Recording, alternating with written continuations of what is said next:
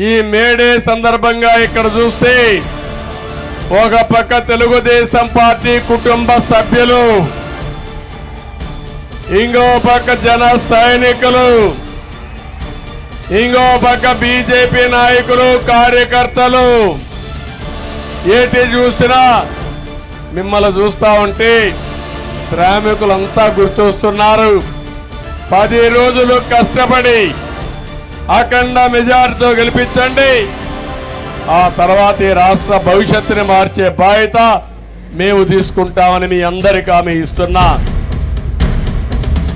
మేము ఒక మేనిఫెస్టో తెచ్చాం.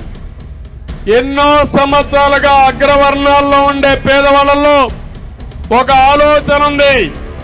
ఆ ఆలోచన మాకు రిజర్వేషన్ లేవు, కాలేజ్ సీట్లలో ఉద్యోగాలని బాధ ఉంటే ఫస్ట్ టైం చరిత్రలో 10% ఉద్యోగాలు ఆర్థికంగా వెనుకబడిన అగ్రవర్ణాల పిల్లలకు రిజర్వ్ చేశామని చెప్పి నేను మీకు తెలియజేస్తున్నా.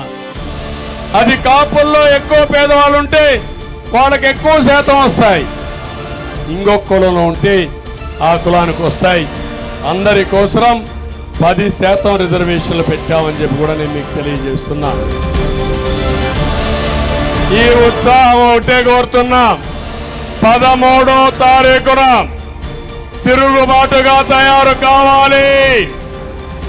వైఎస్ఆర్ కాంగ్రెస్ పార్టీని చిత్తుగా ఓటించి బంగాళాఖాతంలో కలిపేయాలి. మన భవిష్యత్తుని మళ్ళీ ముందుకు తీసుకుపోవడానికి మీ సహకారం అవసరం.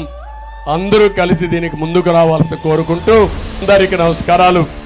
జై హింద్, జై తెలుగుదేశం, జై జనసేన, జై బీజేపీ.